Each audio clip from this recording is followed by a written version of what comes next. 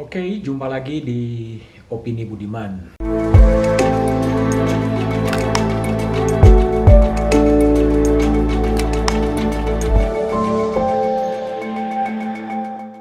Korupsi terus saja terjadi di negeri ini. 2 hari lalu, Komisi Pemberantasan Korupsi menetapkan 5 orang tersangka kasus korupsi dalam pengadaan barang yang dilakukan oleh Badan SAR Nasional. Badan SAR adalah Search and Rescue yang tugasnya adalah menolong dan mencari orang.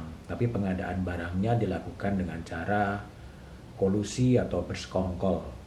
Bahkan orang nomor 1 di Basarnas, Marskal Madya Henry Alfiandi, ditetapkan sebagai tersangka karena dituduh menerima suap 88,3 miliar dari berbagai vendor.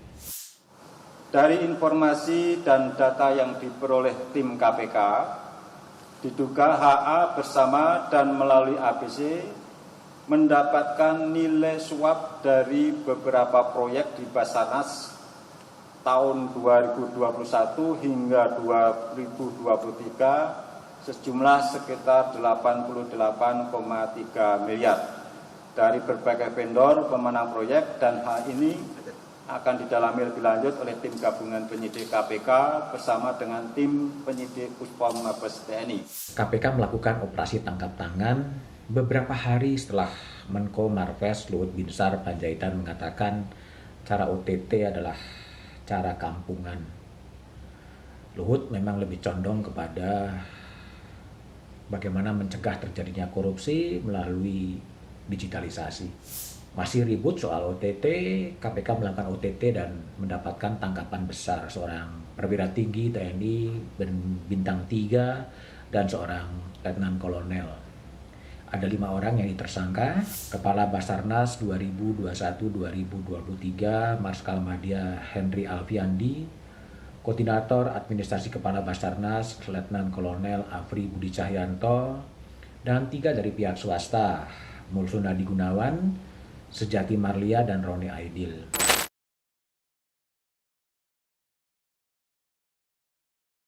Marsdia Henry pada 17 Juli 2023 telah digantikan oleh Marsdia TNI Kusworo oleh Panglima TNI Yudo Margono. Namun serah terima jabatan belum dilakukan. Karena melibatkan perwira tinggi TNI dan perwira menengah TNI, KPK kemudian berkoordinasi dengan Puspom TNI untuk melanjutkan penyelidikan kasus korupsi ini. Namun yang pasti adalah dugaan korupsi, dan korupsi itu tetap masuk dalam domain wilayah peradilan umum. Dari tim kami terus terang keberatan kalau itu ditetapkan sebagai tersangka, khususnya untuk yang militer. Karena kami punya ketentuan sendiri, punya aturan sendiri. Namun pada saat press conference ternyata statement itu keluar bahwa Letkol APC maupun Kabasarnas Marsdia HA ditetapkan sebagai tersangka. Menurut kami, apa yang dilakukan oleh KPK untuk penetapan personil militer sebagai tersangka menyalahi ketentuan. Pertanyaan kedua, untuk Marsdia HA memang sudah memasuki masa pensiun, tetapi tindak pidana tersebut terjadi pada saat beliau masih aktif. Jadi kita lihat tempus deliktinya, waktu kejadiannya. Jadi tetap berdasarkan tempus delikti, yang menangani adalah kewenangan ada di polisi militer. Ini ada kekeliruan, kehilafan dari tim kami yang melakukan penangkapan. Oleh karena itu kami dalam rapat tadi sudah menyampaikan pada teman-teman TNI, kiranya dapat disampaikan kepada Panglima TNI dan jajaran TNI. Atas kehilafan ini kami mohon dapat dimaafkan, dan ke depan kami akan berupaya kerjasama yang baik antara TNI dengan KPK dan aparat penegak hukum yang lain dalam upaya penanganan pemberantasan tindak pidana korupsi. Perekonomian bangsa ini betul-betul sedang diserang oleh elit-elit penyelenggara yang korup. Hampir setiap korupsi-korupsi besar tidak mendapatkan reaksi atau dukungan politik yang signifikan dari parlemen. Lihat saja korupsi dana pembangunan menara BTS yang merugikan 8 triliun, juga nggak terdengar suara dari parlemen. Kalaupun ada, pernyataannya sangat normatif. Kita hormati proses hukum. Cukup itu saja. Kalau kita melihat berita Kompas hari ini, judulnya adalah Tender Elektronik Basarnas Dikondisikan. Artinya apa? Pengadaan barang yang dilakukan dengan e-katalog, dilakukan dengan sistem digital, ternyata juga bisa diakali. Pemenang tender diset siapa yang menang, diarahkan dan kemudian mendapatkan kickback. Itulah yang dikatakan oleh Wakil Ketua KPK Alexander Marwata yang menyebutkan bahwa sangat tergantung pada orangnya. Persekongkolan antara penyelenggara negara, antara pejabat dengan pengusaha adalah cikal bakal terjadinya suap. Pemenang tender diarahkan dan itulah kickback akan mengalir. Itulah sebenarnya penyakit bangsa sejak zaman VOC. Bahkan sampai sekarang zaman reformasi pun masih terjadi hal demikian. Jadi langkah OTT itu bukan langkah kampungan tapi langkah mulia.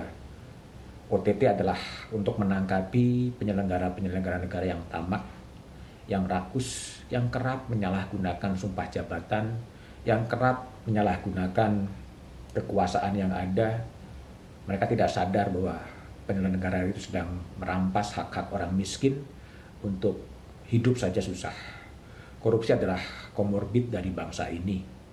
Korupsi nggak bisa diatasi dengan cara yang biasa-biasa saja. Yang justru dilakukan adalah cara-cara yang luar biasa. Perang melawan korupsi selalu dihadapi dengan kontra narasi bahwa korupsi itu menghambat pembangunan, bahwa langkah OTT adalah kampungan.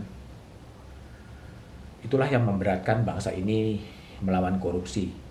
Kalau kita lihat di buku Korupsi Mengkorupsi Indonesia, ini ada tulisan yang menarik sebetulnya pada tahun 1805 di tulisan dari Duku Imam Widodo di buku Surabaya Tempo Dulu. Di situ sebutkan Gubernur Pantai Timur Jawa Nicholas Engelhardt mengaku dia menjadi kaya raya karena sokokan dari pribumi yang mencari jabatan. Bukankah sekarang situasi itu masih ada? Ada jual beli jabatan, ada jual beli pendidikan, ada jual beli putusan, ada jual beli konsesi, ada jual beli suara. Reformasi mental pernah dicanangkan tapi juga belum mendapatkan hasil yang signifikan. Coba kita lihat, banyak kasus-kasus besar terus terjadi. Korupsi Asabri yang merugikan negara 23,74 triliun, luar biasa. Korupsi Jiwasraya yang merugikan keuangan negara 13,7 triliun rupiah. Korupsi Bank Senturi pada tahun 2014 yang menurut laporan dari Badan Pemeriksa Keuangan mencapai kerugian negara 6,76 triliun. Korupsi Pelindo II yang terjadi mencapai 6 triliun. Kota Waringin Timur, kasus korupsi yang merugikan negara 5,8 triliun. Kasus BLBI yang juga merugikan negara hampir 4,58 triliun. Kasus IKTP merugikan negara 2,3 triliun. Korupsi BTS 4G dari total anggaran 10 triliun merugikan negara 8 triliun. Mau apa kalau memang kemudian menunjukkan bahwa ini adalah komorbid dari bangsa ini? Seharusnya tergantung pada Presiden Jokowi yang akan mengakhiri jabatannya 20 Oktober 2024. Kalau Presiden Jokowi berani menerbitkan Perpu Cipta Kerja, berani melahirkan Omnibus Law, Undang-Undang Kesehatan. Kita tunggu saja apakah kemudian Presiden juga berani mengambil prakarsa politik untuk membuat Omnibus Law soal pemberantasan korupsi yang mencakup rancangan Undang-Undang perampasan aset yang sejak 4 Mei 2023 mangkrak di pimpinan DPR. Semoga saja ada keberanian politik dari elit negeri untuk mengatasi agar korupsi ini bisa segera diatasi. Jangan sampai kemudian korupsi membuat ambruk negara ini.